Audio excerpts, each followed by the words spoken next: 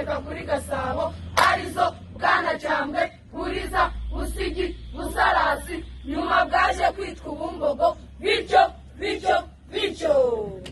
ubwumvikane nta nduribaye bwaguwe n'umwami Ruganzu Bwimba. Ibintu byawe ntituzabyibagirwa nk'urugero Mangwa yombi. N'izamuku zimwe na zimwe zabaye u Rwanda.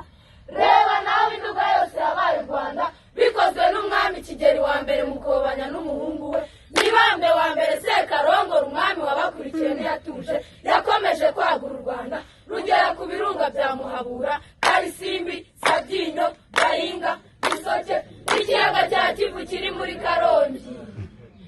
Ruganzu Ndori ntiyarebeye u Rwanda rumaze kunyagwa, yaratabaye akomeza kurwagura n'abandi bami bamukurikiye, bityo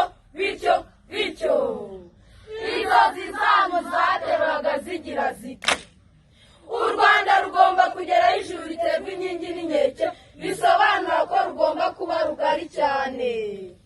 Gusenyuka k'ubumwe bw'Abanyarwanda byatugizeho izihe ngaruka?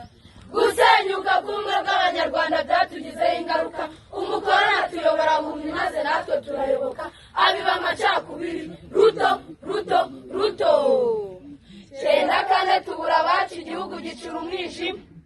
Mpagaze ku munara yirengeye, manza amaso ibera muri uru rwambyaye, umwe ku wundi ari inyamaswa y'inkazi. Ye baba we! Nabaye abasore b'imbaraga b'ubutwari batabaye u Rwanda mu gihe cy'amage. Mbona abasore b'imbaraga b'ubutwari bitanga batizigama ngo barubohore, bibanga no gupfa ndetse bitangira abandi.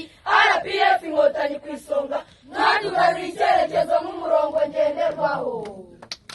Ibintu byanyu ntituzabyibagirwa nk'urugero Mangwa yombi. Munyemerere nshime intwari z'u Rwanda arizo Imanzi, Imena, Ingenzi n'abakiriho mwakoze ibikorwa by'indashyikirwa. Ibintu byanyu ntituzabyibagirwa nk'urugero Mangwa yombi.